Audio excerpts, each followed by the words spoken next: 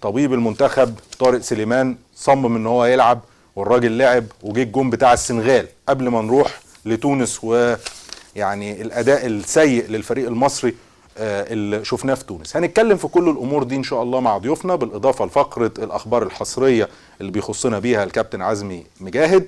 بعد الفاصل ان شاء الله هنلتقي بيكم ونبدا مباشره في قضايا رياضيه.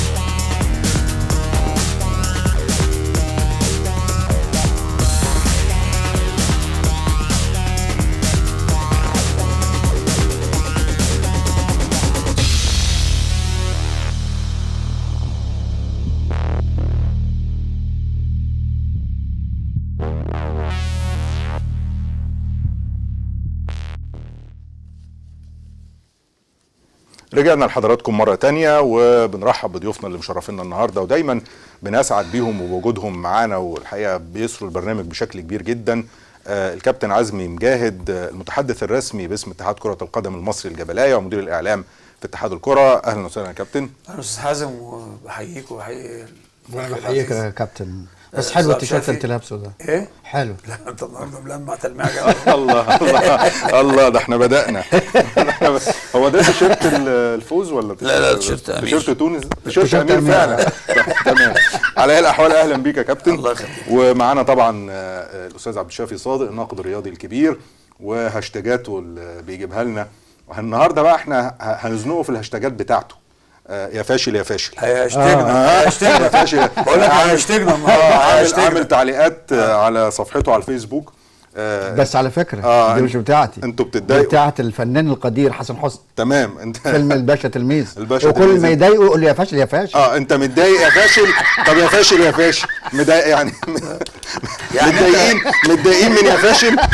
اهلا وسهلا. طبعا هنسمعهم فيلم الباشا تلميذ، هنسمعهم فيلم الفشل النهارده. يعني على اي الاحوال طبعا يعني ضيوفنا سواء الكابتن عزمي مجاهد بيخصنا بفقره الاخبار من الجبلايه، وان كانت يعني الناس مش عايزه تسمع حاجه من الجبلايه اليومين دول الا اخبار كويسه بجد بقى. والاستاذ عبد الشافي صادق دايما بالحاجات اللي بيجيبها لنا من هاشتاجات وتعليقات هيهاشتجنا ايام هاشتجنا. النهارده بالنسبه عندنا اجتماع مجلس الاداره يوم الاربعاء ان شاء الله لبحث ملف المنتخب القومي. بس سمعت ان يوم 29 يوم 26 ان شاء الله. 26 لما تسمع انت غير انا بقول اسمع. ماشي، انت موجود في المطبخ يعني. ماشي. على اعتبار انا ممكن اقول لك ليه، يعني يوم 29 ماتش الاهلي. لا هو يوم ما هو قال لك 26. ما بقول يوم 29 ما ينفعش عشان في ماتش الاهلي. يوم 26 خليه بقى يخلص الاخبار عشان هيتم في هذا الاجتماع دراسه كل الاوضاع بتاع المنتخبات وخاصه المنتخب الاول. الجبلايه بدات تستقبل سيفيهات مدربين كتير من كرواتيا والمانيا وفرنسا في اسماء محدده ولا لا يعني طيب كتير تحديدا يعني. مانويل جوزيه ومن مانويل جوزيه يعني برضه في الناس عايزه تسال يعني. لا هو في الصوره، لان كل الكلام ده لان النهارده المجلس لم يجتمع ولم يناقش، وبعدين يقول لك مين اللي جاي ومين اللي هيتقال. احنا بنقول الحقيقه. على فكره قبل تنتقلوا من المساله دي انا ضد مانويل جوزيه يمسك منتخب مصر. لا انا بسال على ده مش مع او ضد. لا انا بقول لكن هو ده حتى لو في ترشيح لان كل تجارب المنتخبات فاشله. انا بس اللي عايز اكده ان مجلس الاداره يعني في انتفاضه جامده جدا، ولن يكون مجال للمجاملات في الفتره اللي جايه. يعني في ناس مثلا طلعت بتتكلم في الفضائيات، ناس بتقول يعني لما نيجي نتكلم على مستوى المحترفين، هبوط مستوى المحترفين، اعتزال النجوم، يعني ايقاف النشاط، يعني في حاجات كتير بس لا تعفي من ان هناك اخفاق ولا بد من بحث ودراسته. النهارده اخيرا اعترفتوا يا كابتن. ما انا بقول لازم نقول بالحقيقه. انت الحلقه اللي فاتت يا كابتن بقى لك 4 شهور لا ده شوقي غريب. لا ده احنا ده قاعد. لا شوقي غريب مش مدرب وحش. مش قصه شوقي غريب، مش مدرب وحش. الكابتن شوقي غريب مدربين محترمين جدا حظه سيء في ظروف قاسيه، يعني جه بعد ايقاف المجلس الاداره لما جه ما كانش فيه نشاط، ما كانش فيه براعم، ما كانش فيه ناشئين، ما كانش فيه درجه اولى، ما كانش فيه درجه ثانيه، ما كانش فيه نشاط اساسا. كابتن والنبي الله يخليك، الناس في الشارع بتفهم. خلاص انا يعني عاوز اقول لك حاجه، ما هي تونس اللي صعدت وتصدرت المجموعه نفس اللي هو كان عندهم التخريب العربي، كان عندهم التخريب العربي برضه. لا يعني خلاص خلينا في اللي جاي. طبعا اي اخفاق بيجي بعديه يقول لك فساد ومجاملات، دي عادتنا مش هنشتريها، مش هنتكلم فيها. النهارده بدا طب يعني ما فيش مجاملات ولا فساد؟ ما انا بقول لحضرتك اهو، هي دي يا جماعه اسمحوا لي، انا بس دي عادتنا مش هشتريها. اي اخفاق يبقى المسؤولين هم فساد وفتح ملفات كلمه فساد دي كبيره جدا. فساد لما واحد ياخد حاجه يحطها في جيبه، لا دي سرقه اسمها مثلا، ما هو ده سرقه او فساد. بص يا كابتن عزمي، لو انا مثلا خدت واحد في المنتخب عشان اجامله عشان علاقه ابوه معايا، ده فساد. المجاملات فساد، لكن لو خدت منه فلوس عشان ادخله المنتخب ده حرام. المهم النهارده في برنامج بدء اجتماع الاتحاد العربي في الرياض. سمير ما سافرش مش كده؟ لا كابتن حسن فريد ما سافرش. حسن فريد ما سافرش. كابتن حسن فريد ما سافرش. هو قاعد علشان يشوف السيفيهات لا بيدرسوا السيفيهات وموجوده مع الاستاذ جمال علام الدكتوره سحر الهواري. يعني اللي سافر الاستاذ جمال علام وسحر الهواري واعتذر الكابتن حسن فريد. طب وابو ريده؟ لا هو ابو ريده بيحضر الاجتماعات لانه ممثل الاتحاد الدولي. تمام. في بس 3 حاجات عايز اقولهم بعيد عن الكوره اللي احنا بنقولهم كل مره في ايجاز يعني كده خلصنا خلصنا. بس خلص عشان انا عندي حتتين عاوز اقولهم. طب خلص بس. انا عندي حته في نجا حمادي مستشفى العام هناك بتوع غسيل الكلى مش لاقيين قطن، مش لاقيين ادوات عشان اقولها بس. اقول بس لكن انا لما جيت فتحت ملف وزير التربيه والتعليم عايز اقول لكم للنهارده كتاب الالماني السنه اولى ثانوي طيب ما تقدمش.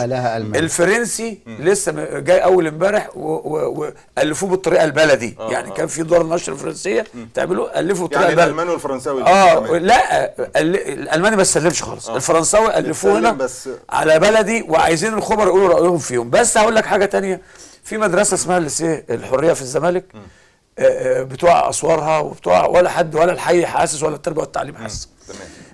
انا امبارح كنت كنت بزور اخواتي في المنصوره.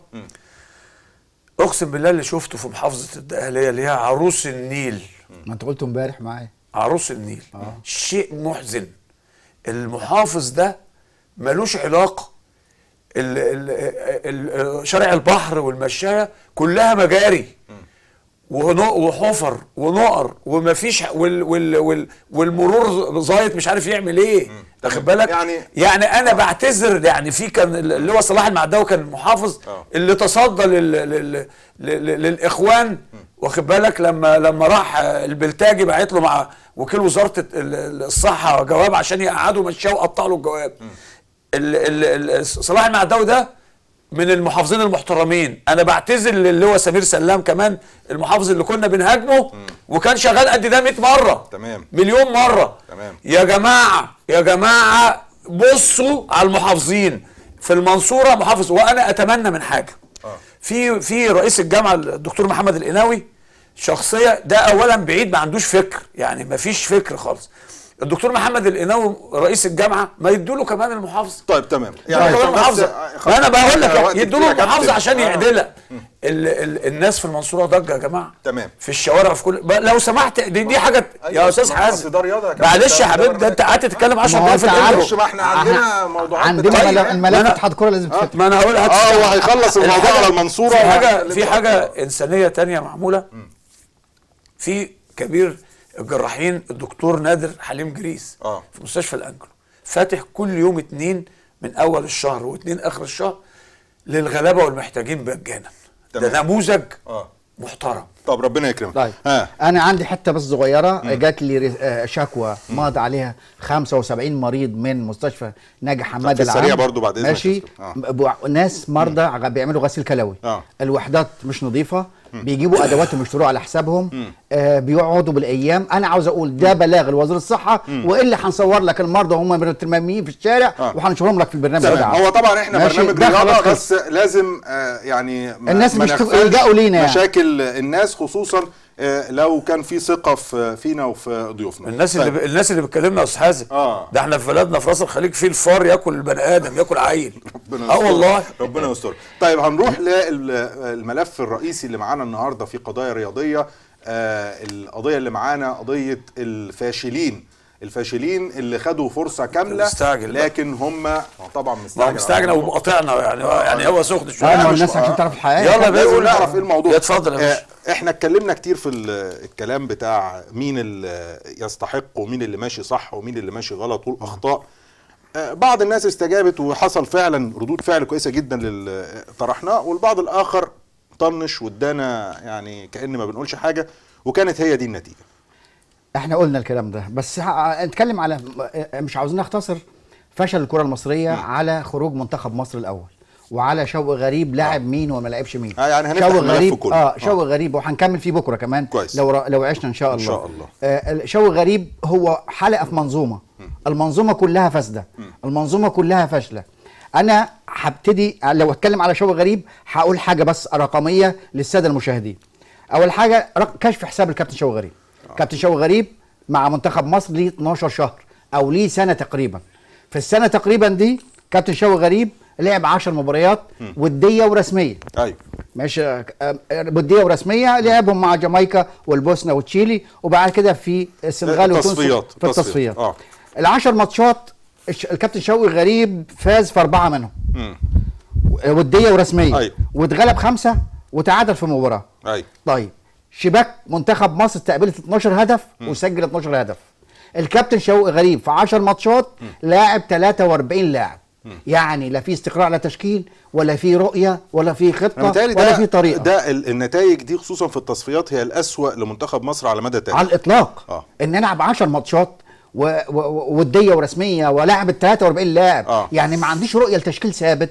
وكمان ايه يا استاذ حازم، انا بطلع والناس واقول لهم انا ببني منتخب. لما الكابتن شوقي غريب طلع قبل ماتش تونس ليله المباراه على الهوا لمده ساعه في احدى الفضائيات يتكلم بيقول بناء منتخب زي حفر قناه السويس. ده كلام فارغ، ما حدش يتكلم. ما انا مش هقطعك زي ما بتقطعني، بس لا انا هكمل. انا بتكلم بالارقام يا كابتن. ماشي. انت ايه المنتخب بتبنوه؟ عصام الحضري 42 سنه ولا 44 سنه. اصغر لاعب عندهم حازم امام 26 سنه، تريزيجيه 22 سنه. انا لما بنيت منتخب 2006 كان عماد متعب 22 سنه، كان محمد عبد الوهاب الله يرحمه 21 سنه، كان حسني عبد ربه 26 سنه. كان فعلا بتبني منتخب قعد معاك 3 اجيال، جاب 3 بطولات. ماشي. فمحدش يطلع يقول لنا يروج لنا لحكايه بناء منتخب. وده بكره هقول لك اعمار اللعيبه كقد ايه وسنهم قد ايه ومتوسط الاعمار ايه، عشان ما حدش يقول لي انا ببني منتخب ونتائجهم ايه. ارد على الجزئيه دي. لسه يا باشا هيخلص لسه اخلص بس. لا عشان الجزئيه دي عنوان الفشل. عنوان الفشل يا كابتن عزمي لاتحاد الكره الحالي. اول ما جه الناس استبشرت خير، خلاص جاي لنا اتحاد جديد، هنودع ان احنا طلعنا من كاس قبل كده وهنكمل المسيره. فالاتحاد عمل حاجه جميله جدا نشكره عليها، بس بعد كده هنهاجمه عليها. طبعا الكابتن جمال علام ما كانش لاعب كوره، كل تاريخه انه كان رئيس نادي الاقصر. واللطر كان لعيب كوره. ماشي. لا انا بتكلم، انا مش بشكك ما فيه. تحطش في دي شخصيه عامه. دي شخصيه عامه. لكن انا عاوز اقوله اول ما جم عملوا حاجه لطيفه جدا، حاجه الناس استبشرت خير، ان الكره المصريه لاول مره هيتم التخطيط ليها. يمكن كان في تخطيط قبل كده ونجح. تمام. اختار الدكتور عمرو ابو المجد رئيس اللجنه الفنيه، ومعاه 10 من خبراء اللعبه في مصر، و2 من الجهه الاداريه اللي هي وزاره الشباب، عشان يدوا الصبغه الرسميه للجنه الفنيه. واللجنه الفنيه دي كان دورها اختيار مدربين والتخطيط للكره المصريه. الكلام ده اول ما جه مجلس جمال علام. تمام. هقول اسماء، والاسماء الناس كلها هتقول دي اسماء كبيره. الدكتور عمرو ابو المجد رئيس اللجنه الفنيه، الكابتن محمود ابو رجيله، الكابتن علي ابو جريشه، الكابتن احمد شعراوي، الكابتن مدحت فقوسه، الدكتور غازي يوسف، الدكتور المفتي ابراهيم، الدكتور جمال عبد الله، الدكتور محمود سعد، و2 من الجهه الاداريه. طب ما البدايه حلوه اهي جميله. وكلنا سقفنا قلنا احنا رايحين صح. اللجنه اجتمعت وكتبت تقارير وعملت دراسات وانتهت اللجنه لوضع معايير هي الاتي. حطت 4 معايير مفيش غيرهم. اللجنه الفنيه وضعت معايير لاختيار، معايير علميه للناس كلهم فطاحل يعني. قالوا ايه؟ علميه لاختيار المدربين، مدربين اللي هي الناشئين والشباب والاولمبيين المنتخبات. اول معيار ان يكون عنده مؤهل دراسي عالي. معيار 2 الدراسات والدورات التدريبيه اللي حصل عليها اللي هي A B و C والدورات اللي حصل عليها. نمره 3 خبراته في مجال التدريب والبطولات والانجازات اللي حصل عليها المدرب. نمره 4 تاريخه كلاعب، تاريخ المدرب كلاعب. حصل ايه؟ لما مجلس اداره اتحاد الكوره شاف المعايير دي وشافها معايير علميه مش هيجيبوا رجالته. حصل ايه؟ قالوا لا مش عايزين ولا عايزين اللجنه. انتهت اللجنه الى استقاله الدكتور عمرو بن مجد وكل اعضاء اللجنه. ده بدايه الفشل. انا بتكلم ده بدايه الفشل يا كابتن عزمي. طيب ماشي. حصل ايه؟ هنقف عند بدايه الفشل علشان في يعني كمل بس كمل. طيب يعني ردك ايه على اللي قاله ده يا كابتن؟ شوفوا اصل هو الاستاذ شافي بيتكلم، هو طبعا له حق في شيء ومالوش حق في شيء يعني. لما نيجي نبص نلاقي منتخب 2006 و2008 و2010 المنتخب ده اساسه ايه؟ اساسه منتخب الشباب اللي كان مع كابتن شوقي غريب طلع 3 عالم في الارجنتين 2001. بعض اللعيبه كمان. بعد اذنك. لا سيبه يتكلم بعد اذنك، هو ما قطعكش خالص. ماشي هكمل انا بعد كده. بص اكتب اللي انت عايزه. كمل بمنتخب الشباب بتاع الكابتن حسن شحاته 2003. تمام. طلع في المجموعه دي طلع منها مجموعه مميزه مهاريا وفنيا يعني طلع مجموعه موهوبه. دول كملوا مع مجموعه من الكبار زي ابو تريكه واخد بالك وزي المجموعه اللي كملوا معاهم. بالاضافه الى واحد زي زيدان اللي كان في حاله محترمه جدا. فكان في مجموعه مميزه جيل. خلاص الجيل ده بصراحه يعني كان جيل مميز جدا وحقق بطولات كويسه. جيل ذهبي. وده ما جينا في الفتره اللي بعد كده اخد بالك. وانا يعني انا مش عايز اشكك في الكلام اللي بيقوله الاستاذ عبد الشافي، بس السبب لان لما باجي انا اجيب مواصفات لاجهزه او مدربين او كده ممكن اجيب واحد مثلا ما ملوش خبره في التدريب واخد بالك. يعني لما جه خدوا كشف كان في مجموعه لسه ممكن. طيب انا بس عندي سؤال. اتفضل. انتوا كاتحاد كوره وحضرتك المتحدث الرسمي مشيتوا ليه اللجنه المحترمه دي اللي طلعت لكم معايير ادي 1 2 3 4 علشان يبقى في مدرب؟ بعد اذنك من الناس اللي اختيروا من ضمن الناس اللي كانوا محطوطه في المعايير. يعني من الناس اللي تم اختيارهم كان في ناس كده هبتدي فعلا. لا اصبر بس ما تنفعش. دقيقه واحده اللي هو يعني مين بقى؟ بقول لحضرتك حاجه. لما يبقى مكتوب يا استاذ شافي مثلا فلان الفلاني رقم 1 الثاني الثالث العشرة، هم مقدم 10 تختار منهم 5. ايوه. مقدم 20 تختار منهم 6 بالظبط. فاهم ازاي؟ من خلال برضه هذا الكلام محطوطين لان كل المدربين الموجودين مسجلين. بس مش هتكلم يا جماعه. لا انا بقول لك حضرتك ما جاوبتش. انا بقول لك اهو الصبر بس. ماشي. مشيتوهم ليه؟ مشيتوهم ليه؟ هو كان عايز ياخد بالترتيب. بالترتيب. أيوة. في واحد هنا مثلا جايب رقم 1 مثلا. طبيعي انه بالترتيب يا كابتن. بعد اذنك اما يجيب رقم 1 مثلا ملوش اي خبره في منتخبات او في انديه احطه. طب هو مش حاطط. مش عايز اقول اسماء. هو مش حاطط معايير. ما انا بقول لحضرتك اهو. يعني المعيار معاه دكتوراه بس ما مارسش. معاه دكتوراه بس ما اشتغلش درجه اولى. معاه دكتوراه ما لعبش. لا قول لنا اسماء بقى. لا ما اقولش اسماء. لا يعني ما تسمحليش في القصه دي.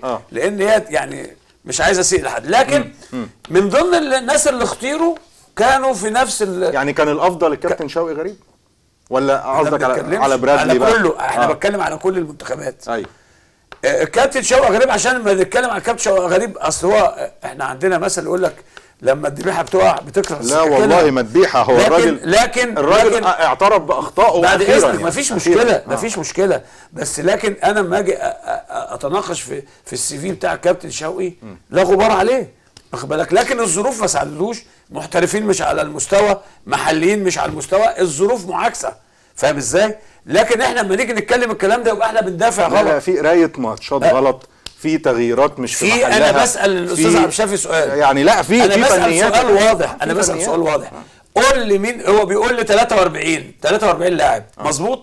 43 لاعب بيبص لطوب الارض يا جماعه، عايز ينقي الافضل لان الظروف كانت انا بتكلم يا كابتن عادل في 10 ماتشات 43 لاعب يا سيدي بيجرب لان كله متساوي. طيب مفيش حاجه مميزه. خلاص قول لي سؤال هنا. قول لي هو ظلم فلان وما خدوش وعشان كده خسر. انا حضرتك خلصت. طب اتفضل. يعني رد حضرتك. اولا انا ما كملت موضوع اللجنه، واللجنه ما عجبهاش شغل الاتحاد الكوره، ما عجبهاش شغل اللجنه، عاوز يعمل مجاملات ويعمل محسوبيه. لا انت قلت في النص انا كده هخرج عن شقه. هتنرفز. ايه اللي نرفزك؟ الكابتن ايه اللي نرفزك؟ الكابتن عزمي مجاهد بيتكلم ان احنا اخترنا افضل سيره رياضيه ذاتيه في المنتخبات اللي احنا عايزينها. انا هرد عليه. الكابتن ياسر رضوان لم يسبق له العمل مدير فني في اي نادي في مصر، وجا مدير فني منتخب الشباب. تمام. اللي لا استنى ما اكمل بقى يا كابتن عزمي. الكابتن يا كابتن عزمي خلينا على ميهوب اللي اختار يا عم. على ميهوب عشان كان مساعد لمانويل جوزيه واشتغل بعض الوقت. ليه مشاه الاتحاد؟ ليه اجبرتوه على الاستقاله او اقلتوه؟ هنا السؤال. عشان السؤال كالاتي. انا اللي عندي المعلومه يا كابتن عزمي، انا عندي المعلومه، لكن لان علاء ميهوب حس ان في ناس هتدخل في شغله فقال لهم يا جماعه متشكرين قوي. احترم نفسه يعني. عارف المباراه قال لك ايه؟ قال لك اللعيبه زعلانه من الكابتن علاء ميهوب عشان يبقى مبرر ويجيب محمود الشامي واحد من رجالته ياسر رضوان بلديه المحله. انا مش معترض على محمود الشامي. انت شخصيه محترمه جدا يا استاذ عبد الشافي. انت قلت الكلام ده هنا قبل كده ان البلديات ومحمود الشامي ورد عليك الكابتن عزمي مجاهد قال لك الله طب ايه يعني بلديات اذا كان كويس عمل ايه دي رقم واحد يعني. ايه عمل ايه؟ دي رقم واحد. عمل ايه؟ استنى يا كابتن. منتخب الشباب كانت مهمه ياسر رضوان الصعود لنهائيات كاس الامم الافريقيه 2015 في السنغال. عمل ايه؟ القرعه جابت منتخب الشباب مع الكونغو. الكونغو في الماتش الاولاني في الكونغو منتخب مصر اتغلب 2-0. في ماتش العوده في اسكندريه 2-0 في الكونغو. وهنا في الاسكندريه فاز منتخب مصر 2-1. مجموع المباراتين منتخب مصر بره. انا عاوز اقول حاجه مهمه. منتخب الشباب ده او مرحله الشباب دي او المرحله السنيه دي مصر هي حامله اللقب. مصر هي اللي خدت البطوله في الجزائر 2013 وشاركت في كاس العالم في تركيا. الكابتن ربيع ياسين يعني الكابتن ربيع ياسين راح فين او اتفق معاه بس هو قدر يشتغل، قدر يعمل ماتشات مع الافارقه في مدينه البعوث، قدر يجهز منتخب في عز ان شوارع مصر كلها ملتهبه وكلها ملتوف. ما حدش يجي يكلمنا على ظروف. دي واحده. ياسر رضوان انا سالتك سؤال وبعد ما يخلص حضرتك جاوبنا عليه. ما هي خبراته في مجال التدريب؟ امتى بقى مدير فني في اي نادي في مصر؟ ماشي دي واحده. الحاجه الثانيه الدكتور جمال محمد علي مدير فني منتخب الناشئين. مع احترامي كراجل اكاديمي، راجل انا اجله لان استاذ لازم احترمه واقدره. لكن ايه خبراته في مجال التدريب؟ هل هو درب الاهلي والزمالك؟ هل هو درب خارج مصر في المريخ السوداني؟ انت جايب الملف كله بقى من اول لاخر. ما هو انا عايز لازم ما ينفعش يجي يطلعوا علينا يدونا شويه فولتارين زي ما بيقول الكابتن عادل او شويه مسكنات. مش هياكل. ما ينفعش مش هياكل معانا. احنا الكره المصريه فيها داء مزمن لازم يتحل. كمل بس. كل علاقته بكره القدم ان هو كان درب بترول اسيوط. طب ايه السي في بتاعه؟ اصل يقول لك احنا جبنا 10 واخترنا افضلهم. لو ده افضلهم وده انجازات، طب ايه الانجازات اللي عملها؟ كم بطوله دوري حصل عليها؟ كم بطوله كاس مصر حصل عليها؟ ماشي خلص يعني هتجيب لا يعني الاهلي في الدرجه الاولى يا كابتن مصر عامره بالرجال وانت اول الناس بتقول كده. عشان الوقت بس. لا اكمل بقى. الكابتن شوقي غريب قربنا على وقت حضرتك. الكابتن شوقي غريب انا بتكلم انا بحترمه مدرب عام مع كابتن حسن شحاته 3 بطولات مدرب عام. هم خدوه عشان هو المدرب العام. لكن تاريخه كمسؤول فني ايه هو؟ درب النادي الاسماعيلي ولم ينجح، درب نادي سموحه ولم ينجح، وبدليل ان المجموعه اللي كان يدربها الكابتن شوقي غريب في سموحه وفشل معاها وسابهم ومشي. فشل معاهم ازاي؟ استنى بس يا كابتن اكمل كلام الله يخليك. ده حماده صدقي وصل بالمجموعه دي نفس اللعيبه نهائي كاس مصر ونهائي الدوري. هو كمل معاهم الكابتن شوقي؟ ما هو يعني ما نجحش معاهم. ايه يعني كمل نفس المجموعه. الكابتن حماده صدقي وعلى فكره حماده صدقي ماشي. طب ايه رايكم عشان بس نخرج من الاراء مع ضيوفنا برضه معلش انا هنرجع بس احنا كمان مهم ان احنا نستطلع اراء خبراء اخرين عشان ما يبقاش واحنا قاعدين في الاستوديو كده على الهوا هي دي الاراء وبس. فاحنا في تقرير مع الاستاذ رفاعي نصر الله مؤسس حمله كمل جميلك عن اقاله شوقي غريب، وطبعا الكابتن سمير زاهر رئيس اتحاد الكره الاسبق هيقول لنا برضو رايه في الحكايه دي. التقرير اللي هنشوفه مع زميلنا نادر الخياط، هنتابع معاكم التقرير وارجعوا لنا مره ثانيه.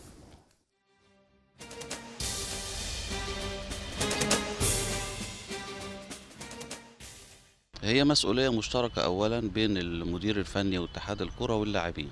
في قصور في اللاعبين وفي قصور في اختيار اللاعبين. مفيش خطة فنية. أول مرة نشوف المنتخب تايه في الملعب. مجلس إدارة الاتحاد، مجلس إدارة اتحاد الكرة أساء اختيار شوقي غريب، وعليه أن يستقيل الآن، لأن عدم استقالته هيدخلنا في مشكلة. لو الدولة أقالته هيبقى في شكوى في الفيفا وهيكون راجع بالجبر. احنا عايزين الاتحاد يكون اتحاد منتخب، يكون اتحاد قادر على إدارة المنظومة الكروية في الوقت الحالي. لذلك احنا بنقول على أعضاء الاتحاد الكورة أن يستقيلوا، وعلى شوقي غريب أن يقال، وأن تبطل نغمة أنه سيظل حتى 2018. عايزين مجلس إدارة اتحاد وطني قادر على الإدارة، عايزين منتخب، عايزين مدير فني قادر على إدارة المنتخب.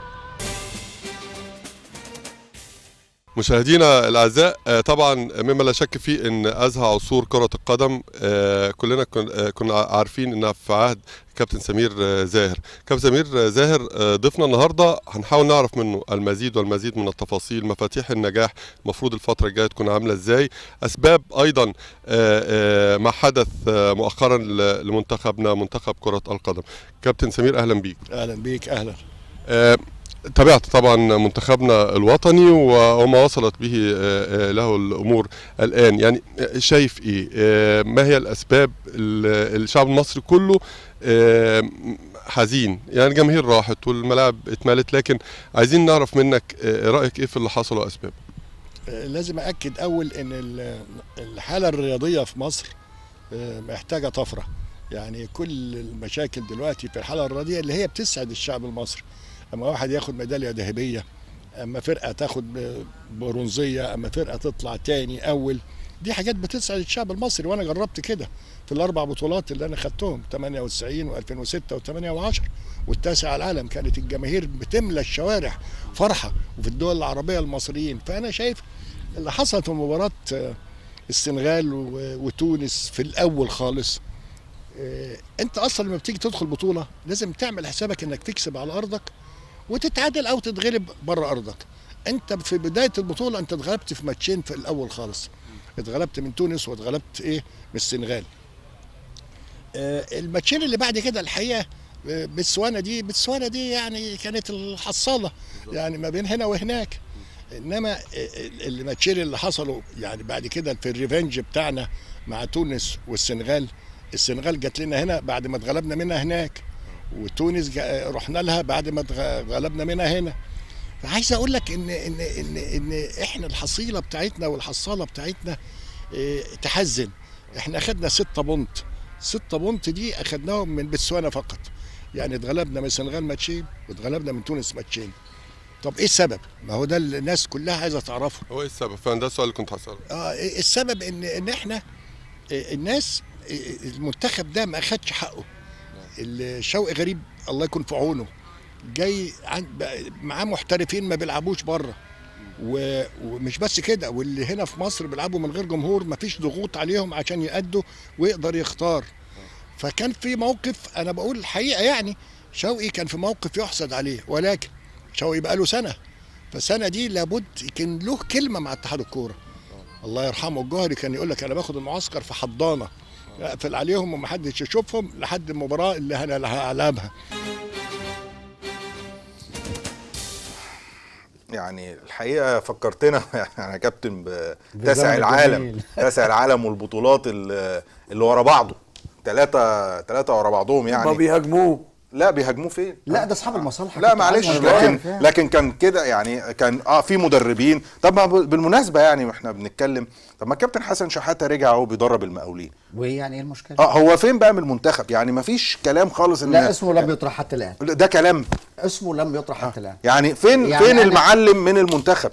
نخليها لبكره ولا نتكلم النهارده؟ يعني لا يعني سؤال سؤال انا اقول لحضرتك انجازات الكره المصريه كلها ال7 بطولات السائد الاعظم فيها هو المدرب الوطني طبعا، ما عدا 86 ما اعرفش كان ده مدرب اجنبي واول ماتش في الافتتاح مصر السنغال 1-0 اتغلبنا يعني قلنا مش بشرة خير يعني. ايوه لكن في البعض قال لك لا تغلبني يبقى بشرة خير.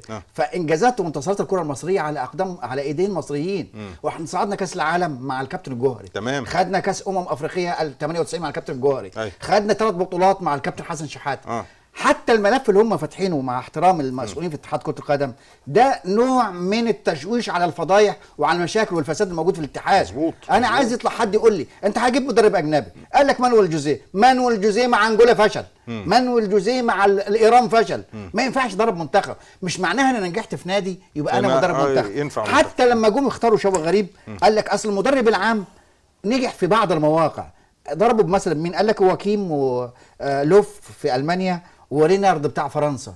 اي مدرب عام، بس ده راجل درب برضو عنده خبرات تدريبيه مع انديه كبيره، حقق معها بطولات ومع منتخبات. تمام. يعني عندي مجموعه تجارب.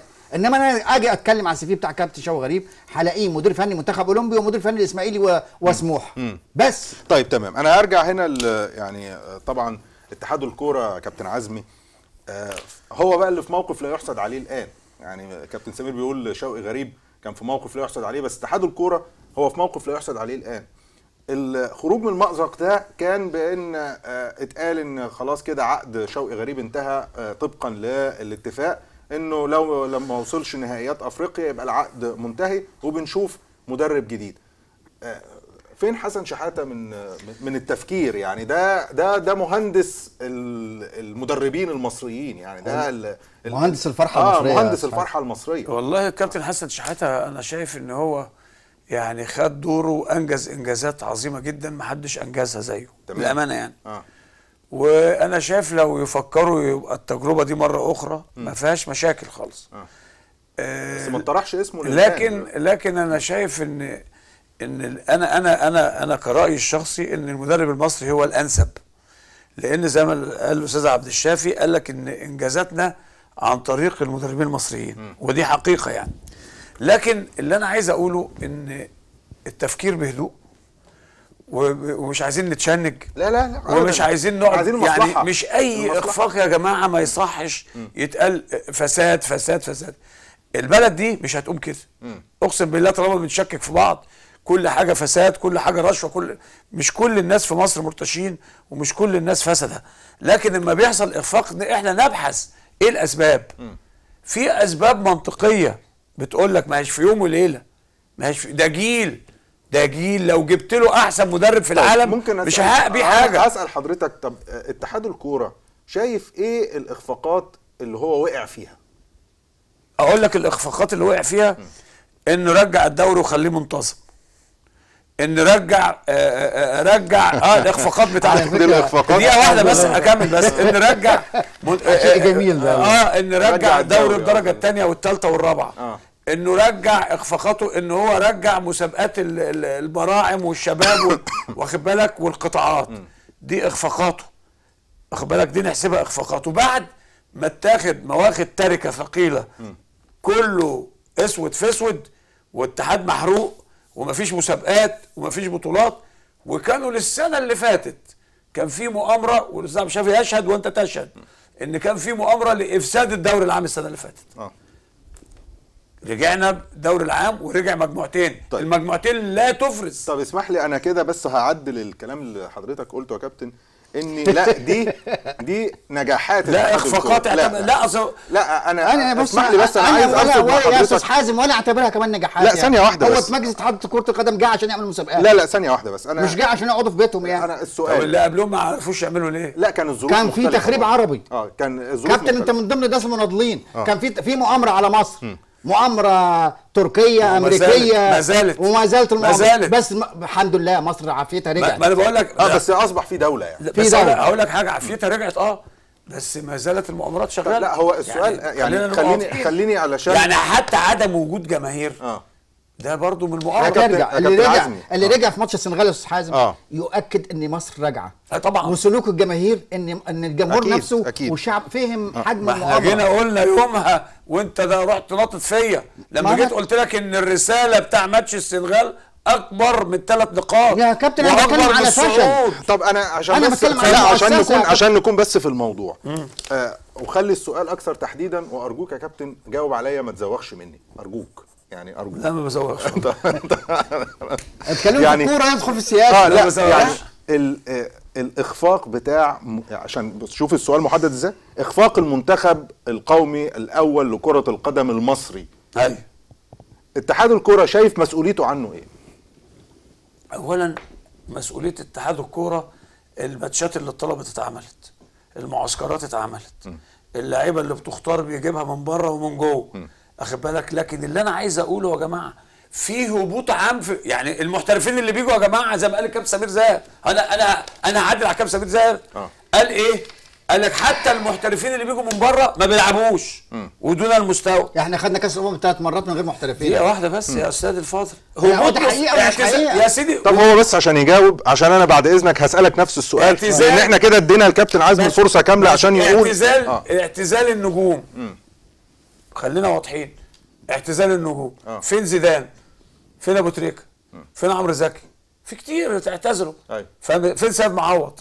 فين بركات؟ في مجموعه كتيره بس ما جدا. دي مسؤولية المدرب المدير الفني ومسؤولية اتحاد الكرة. هتجيب إن هو هل يطلع هو يفرق اتحاد الكوره اتحاد الكوره هيفرض طيب ان يبقى اذا المحترفين ما فيش، يلعبوا؟ حضرتك شايف ان ما فيش مسؤولية على اتحاد الكرة في انا مش انا لا اخلي المسؤوليه، لكن انا حضرتك بقول حددها لي بس. العوامل اللي ما ساعدتش على النجاح آه. لازم نعترف بيها.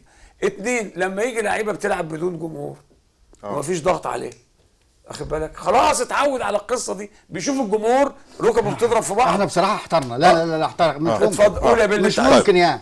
حضرتك بتقول لي بيلعبوا بدون جمهور. شو غريب ودينا له 60,000 ولا 70,000 ماتش السنغال، قال لك اصل الجمهور اربك اللعيبه. انتوا عايزين ايه بالظبط؟ عايزين ايه من مصر بالظبط؟ يا كابتن عايزين ايه من مصر؟ لا مش عايزين ايه من مصر يعني، لا ايه المطلوب؟ الشعب المصري راح. ايه المطلوب علشان يعني فلوسه صرفنا وجمهوره شجع وهتافه بالراحه بس بالراحه. عايزين ايه؟ لا هو السؤال العمليه مش عافيه اصل ما ينفعش يا لا، كابتن. بالهدوء مش عافيه. المنتخب بدون جمهور اصلا على المنتخب ما ينفعش. طب امال ايه يا كابتن؟ يا سيدي الفاضل، انت اما بتلعب ماتش و2 و10 قدام جمهور بتتعود على الضغط ده. انت بتيجي بعد موسم كامل ما بتلعبش ولا موسمين ما بتلعبش في ضغط جماهيري اما انا لا يعني انت عايز ان يجي لا اعتبره مؤثر اطلاقا يا كابتن. خلاص انت ورايا. لا اعتبره يعني مؤثر الافضل اطلاقا.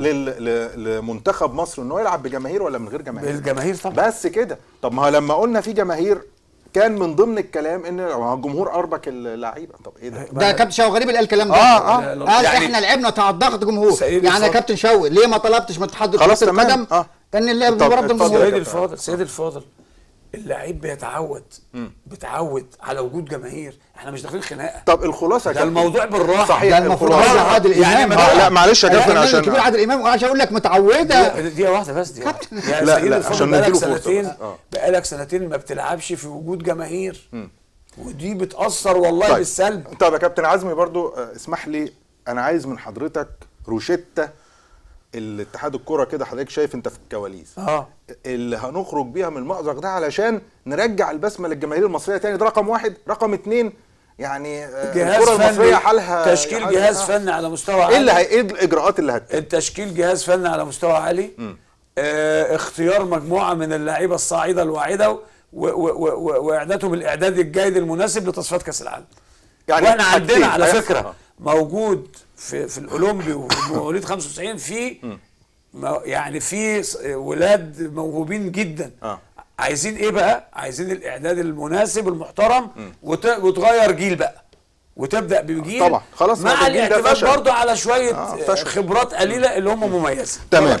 انا هرد على الكابتن. اتفضل اخيرا واخر حاجه عندنا. اخر حاجه عندنا لان هكمل في جزء ثاني هنكمله بالارقام بكره ان شاء الله. ماشي. انا عاوز اقول الكابتن حسن شحاته لما تسلم المهمه في 2006 وعشان يدخل على 2006 في القاهره كنت انت محبوق قوي. استنى بس كابتن عادل. كان عنده 4 لعيبه خبرات والباقي كلهم عناصر شباب كلهم بما فيهم ابو تريكه.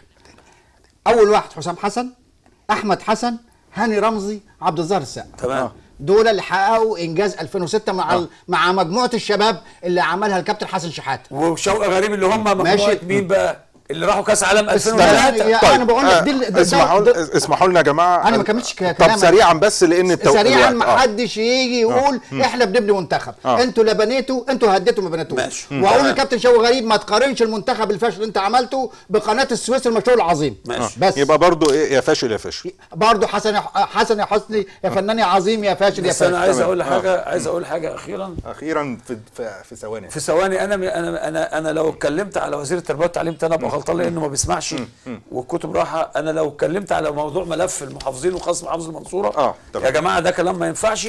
بالنسبه بقى لمصالحه قطر اقول كلمه صغيره. مفيش مصالحه حصلت. اقول كلمه صغيره. الفلوس اللي دفعت عشان تقتل شبابنا دي مين هيعوضها؟ تمام. احنا بنشكر ضيوفنا اللي شرفونا النهارده في قضايا رياضيه، الكابتن عزمي مجاهد المتحدث الرسمي باسم اتحاد كره القدم في مصر ومدير الاعلام في الجبلايه، والاستاذ عبد الشافي صادق الناقد الرياضي الكبير ومدير تحرير الاهرام الرياضي.